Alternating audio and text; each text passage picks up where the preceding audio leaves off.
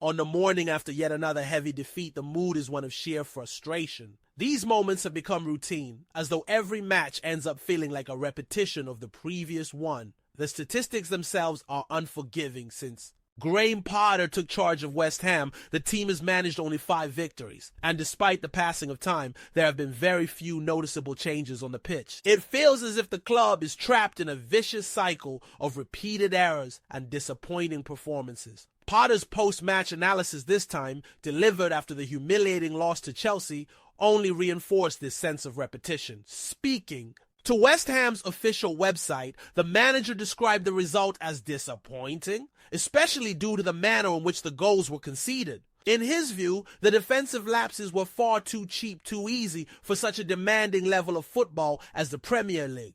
The very expression he used, cheap goals, almost seems like an understatement considering just how glaring the mistakes actually were.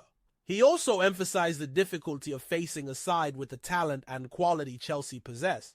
Yet this very point sparked criticism. By highlighting only the strength of the Blues, Potter appeared to minimize what other opponents, such as Sunderland, have also shown in previous matches. This is worrying because it suggests an underestimation of sides outside the traditional top tier, who nevertheless have enough quality to expose West Ham's weaknesses. Reflecting on the first goal conceded, the manager admitted that it was a moment that could easily have been avoided with greater concentration. Even after West Ham's equalizer, when the team reacted and briefly looked capable of shifting the momentum, the hope was short-lived. The goal was ruled out, and soon after, the fragility at the back was once again laid bare. Potter himself conceded that the second goal was equally poor, the result of basic errors in positioning and a lack of intensity. The manager tried to underline the players' effort on the pitch, acknowledging that there had been some reaction to going behind. Yet even he had to accept that this reaction was not enough. Commenting on the dilemma of chasing the game once behind, Potter explained that the team found themselves caught between pressing high and trying to apply pressure, and at the same time being vulnerable to being played through because of Chelsea's superior technical quality. In the end, this indecision only widened the gaps in West Ham's structure and made them more exposed. The tone of his remarks was strikingly similar to other recent post-match conferences, including the one following the game against Sunderland. Once more, the emphasis was placed on the opponent's quality, yet without the same acknowledgement when facing clubs deemed less prestigious. This inconsistency raises doubts about his game reading and about how he truly assesses the squad at his disposal. The overall impression is that West Ham right now are simply not equipped to compete in the Premier League. Not tactically, not mentally, and not in terms of squad depth. After reviewing the opening goals conceded against Chelsea, Graham Potter attempted to contextualize the situation the club finds itself in.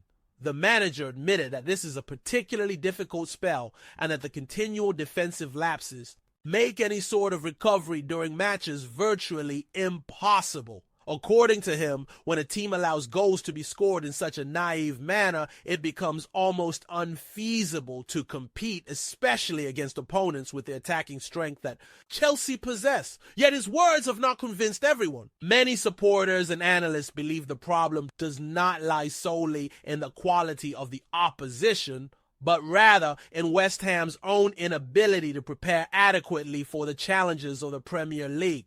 On numerous occasions, Potter repeated that Chelsea have players of exceptional quality and that this difference made all the impact. But the same argument could just as easily have been made when the team faced Sunderland, and it was not. This inconsistency in his rhetoric leaves the impression of uncertainty, which only adds to the unease already surrounding the team. Potter also touched upon the psychological aspect. He claimed that the week had been particularly challenging, with situations that drained the players both mentally and physically. This, in his view, damaged their confidence and collective performance. He acknowledged that the squad are currently facing a mental battle in addition to their technical and tactical struggles. However, whilst raising this point, Potter was careful not to sound as if he were offering excuses. His central message was that the group must unite, work harder, and collectively accept responsibility for their shortcomings. He also highlighted the upcoming fixture against Wolverhampton Wanderers in the Carabao Cup, framing it as a valuable opportunity to bounce back. Yet much of the fan base does not share this optimism. in their eyes, a fragile, unpredictable West. Ham are currently there for the taking, and any opponent, whether in a league fixture or in a knockout competition, can easily capitalize on their weaknesses. The fear is not just of being eliminated from the cup, but of what another defeat could do to the squad's fragile confidence and to the course of the season as a whole. Another important point Potter made was about the squad's overall attitude. He insisted that it makes little sense to single out individuals for blame because the problems are collective and can only be solved through teamwork. According to him, every member of the club must accept that the performance was not good enough, learn from the errors, and commit to responding. While such calls for unity are essential, supporters are increasingly frustrated because this has been the same message repeated after many of the recent defeats. When discussing the fans, Potter showed empathy. He said he understood their disappointment and acknowledged that the squad had failed to match the commitment shown from the stands. The supporters had turned up in large numbers and done their part, yet they were rewarded with another shambolic defensive display. That contrast between the loyalty of the fan base and the frailty on the pitch only makes the sense of betrayal more profound. This reflection on the fans then led to a wider debate. Across many countries, including outside England, West Ham supporters are a noticeable presence. This shows the natural strength of the club's identity, even without extensive marketing efforts. Abroad, yet there's a feeling of wastefulness with proper management, consistent investment, and a clear long-term strategy. The club could grow into a truly global brand. Some fans resist this idea, fearing that international expansion might strip West Ham of its soul and traditions. But in truth, many already feel that the essence of the club has long been eroded, particularly by questionable boardroom decisions that have weakened its authenticity. Potter also sought to humanize his position. He reminded everyone that he feels the defeats deeply stressing, that this is his life, his career, and that he too has a family. He tried to place himself on the same level as the supporters, emphasizing that he is not indifferent to their pain. This approach was aimed at creating empathy, but it did little to hide the reality the squad are not adequately prepared. Repeated phrases such as "we must dust ourselves down" or "we need to work harder" now ring hollow, as they are no longer accompanied by tangible improvements on the pitch. The wider problem is that despite recognizing what is wrong, Potter has yet to provide convincing solutions. Each post-match interview gives the impression that there is no solid plan for rebuilding. Acknowledging mistakes is only half of the task. Pointing towards a practical way forward is the crucial other half. So far, that has been missing. To many, West Ham look destined for a season of suffering, with a battle against relegation becoming an ever more likely reality. This inevitably leads to difficult questions. Why was the club not better prepared before the season began? How could anyone believe that this squad was sufficient to compete at the highest level of English football? Such questions echo among journalists and supporters alike, yet clear answers remain elusive. When the manager himself admits that the squad must be improved and hints that signings may be needed, it only reinforces the view that the board failed in their summer recruitment.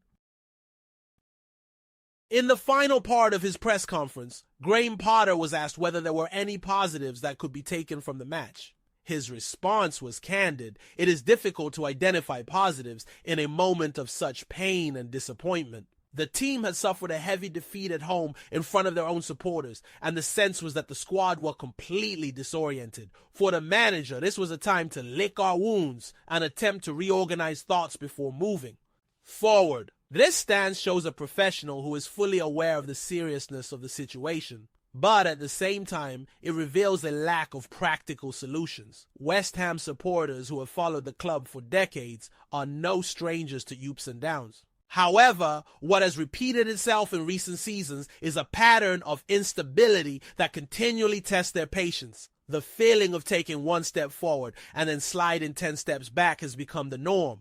This view is not restricted to the fans. Analysts too highlight the absence of continuity in the club's sporting project. Potter also spoke about the immediate future, saying that the coming days would be packed with work. He stressed the need to improve the performance of the current players and at the same time look for reinforcements in the transfer market. On the surface, this sounds like a proactive approach, but it comes across as contradictory. Why wait until now to consider reinforcements? If the club truly intended to be competitive, these moves should have been made before the season began, not after humiliating defeats that had already taken place. The great fear is that this sudden pursuit of new players is little more than a desperate reaction shaped by poor results rather than careful planning. There is a risk that signings could be rushed, lacking the necessary consideration, and that the wrong profiles could be brought in. For the supporters, this delay is unacceptable and raises the possibility that the club has already placed itself in a crisis that may be irreversible. Equally troubling is the image West Ham currently project to the market. Right now, they appear one of the least attractive options in the Premier League. This is not simply down to poor results, but to the overall impression of disorganization, lack of direction, and uncertainty regarding the future. Talented players, when weighing up their options, are unlikely to choose a project that looks so unstable, especially when other clubs can offer clearer and more ambitious prospects. The scoreline against Chelsea was symbolic. To concede 5 goals at home is not merely a statistic, it is a damning portrait of vulnerability. And it was not the first time. The repetition of such heavy defeats has become an uncomfortable pattern, a reminder of how far behind West Ham are when compared with better structured clubs in the league. This reality leaves a sense of helplessness hanging over the fan base. On the one hand, there's a manager attempting to sound resilient, speaking of collective responsibility. On the other hand, there are supporters who have heard this speech too many times before without seeing any meaningful change on the pitch. The result is a collapse in trust, not only in Potter's work, but also in the board whose decisions have allowed the club to reach this precarious state. In short, Graham Potter's press conference after the Chelsea defeat was filled with repetitive statements, an emphasis on defensive errors, acknowledgments of the fans' support, and calls for unity and hard work. Yet the reality is that West Ham look lost both on and off the pitch. The lack of planning in squad building, the delay in moving for reinforcements, and the recycling of the same old phrases without real improvements all point to the likelihood of a relegation battle. The prevailing feeling, therefore, is that the club are moving without a clear sense of direction. While Potter insists on dusting ourselves down and going again, supporters are left to wonder how long this cycle of empty promises and painful defeats will continue. The season is not yet beyond saving, but with every passing week, the margin for recovery grows thinner. Without urgent and profound changes, West Ham risks turning a poor start into an unmitigated disaster. Neymar may well be packing his bags once again, and this time, the possible destination comes as a surprise West Ham. After his return to Santos, the club that launched his career, the number 10 went through weeks of adaptation, criticism, and doubt. Yet in recent matches, the narrative has shifted, committed, fully involved, and crucially lasting the full 90 minutes. With consistency, he has shown that he still has the fuel to compete at a high level. It is precisely this resurgence that has reignited the whispers in the background. Some claim that West Ham are keeping a close eye on the situation and may even have opened a line of communication. Nothing is confirmed, of course, but the rumor is there, and it is making noise. From a sporting perspective, the Premier League has always been an enticing stage. West Ham in particular have established themselves as a competitive club capable of snatching points from the Giants and playing with high intensity. London as the backdrop. A passionate crowd at the London Stadium and a project that usually balances energy with technical quality make this scenario at least tempting for a star, who thrives on being the centerpiece. Neymar in turn would bring to the team something that has often been missing: unpredictability in the final third, a killer pass through the lines, and that one-on-one ability which unlocks packed defenses. Tactically, there are pros and cons to consider. In a side that alternates between rapid transitions and more measured attacking play, Neymar could operate as a roaming number 10 behind the striker or drift in from the left, his historic comfort zone. In the big matches, West Ham often struggle when forced to create under pressure. A world-class playmaker changes the complexion of those games. On the other hand, the league demands relentless work off the ball, tracking back against tireless fullbacks and combative midfielders. The version of Neymar who has been completing 90 consistent minutes at Santos, the one who presses closest down and puts in the yards, would be a prerequisite to succeed in England. There is also the symbolic and commercial dimension. Neymar's arrival would transform West Ham into a global phenomenon for viewership, sponsorship, and shirt sales. For the player, it would be an opportunity to rewrite his European chapter with a different script, less obligation under the spotlight, more technical leadership in a squad that would welcome him as an immediate protagonist. And there is an emotional factor too. Wearing the shirt of a traditional London club and stepping into the most hostile stadiums in the world, week in, week out, could reignite the competitor he has shown himself to be in his recent run of form at Santos. The challenges, however, are obvious. Financially, would be a complex negotiation, salary bonuses, image rights, and balancing it all within financial fair play.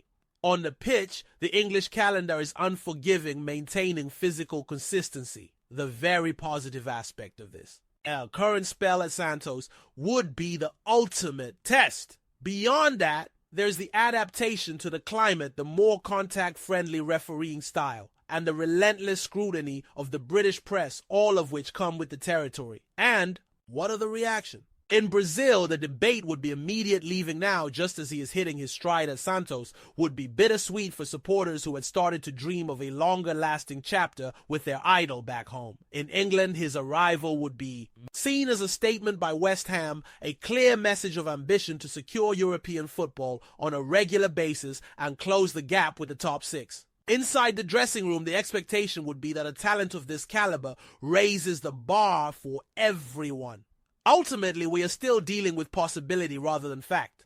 The rumors are there, but there is no confirmation. Even so, the idea makes sense in terms of tactical fit career context and physical condition. And Neymar once again committed and fully fit, combined with a West Ham side crying out for a touch of genius to turn good performances into great results. Should the conversations develop into an offer and the offer into a signature, London might be about to witness a brand new chapter of Brazilian magic. Until then, it remains a what if, which in football can sometimes be halfway to reality.